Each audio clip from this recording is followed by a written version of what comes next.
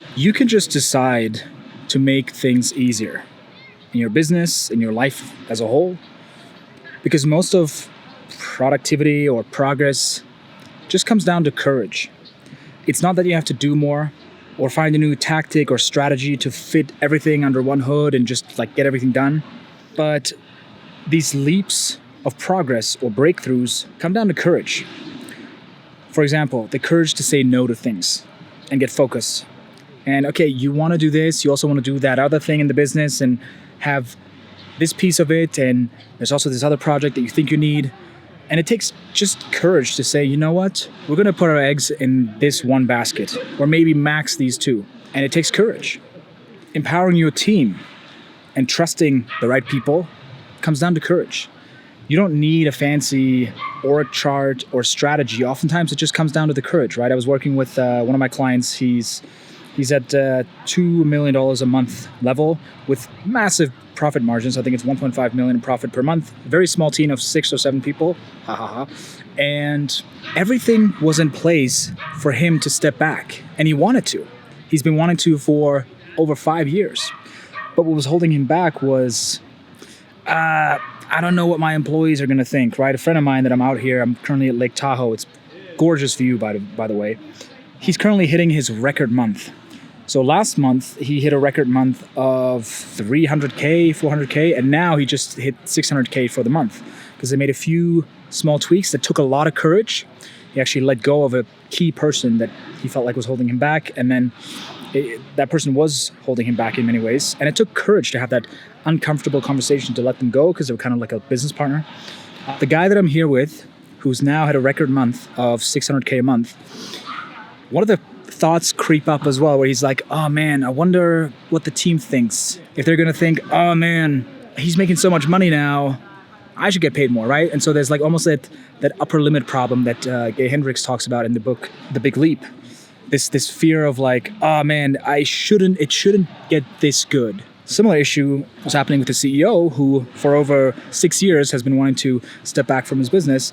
And actually the perfect employee was already in place, who's been working with him for 11 years, who was filling all the requirements to run the business. But the only thing that held him back was, I don't want to be judged. I don't want it to sour the relationship, or like I'm putting things on his plate that he doesn't want to do. And I want to make sure there's harmony and people respect me and they don't feel bad when I leave and stuff like that. And so we can talk about mechanics as much as we want. The massive leap that he experiences is when he has the courage to empower his team to step back, right? It also takes courage to say no to customers and clients who are just not the right people. Yes, they bring in some money.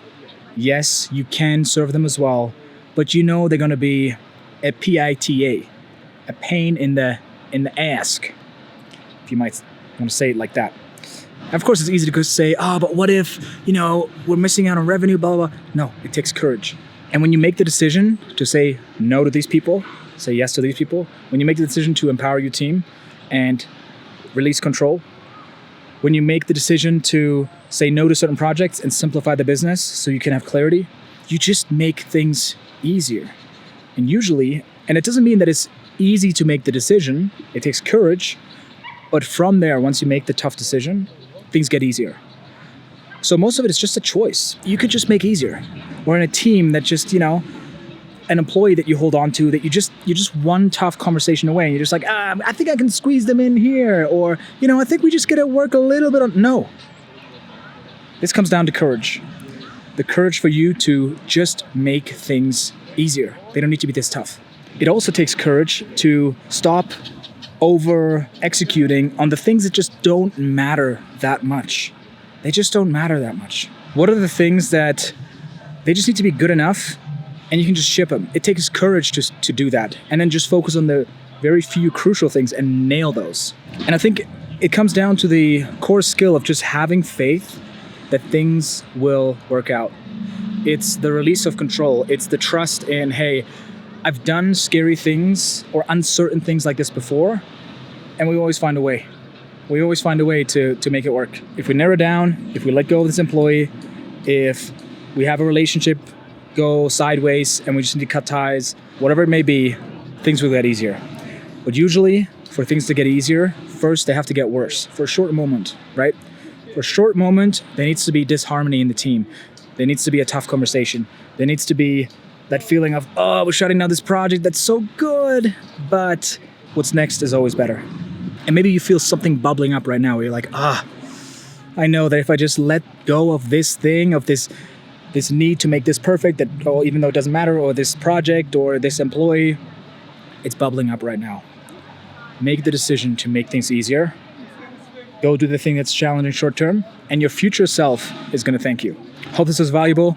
As always, hop in the school group. We're going to have a one-on-one call to strategize what is the thing that's holding you back most, what are the things that you don't see, uncover some blind spots, working with me one-on-one if you're interested. And I'll see you in the next video. Thanks for watching.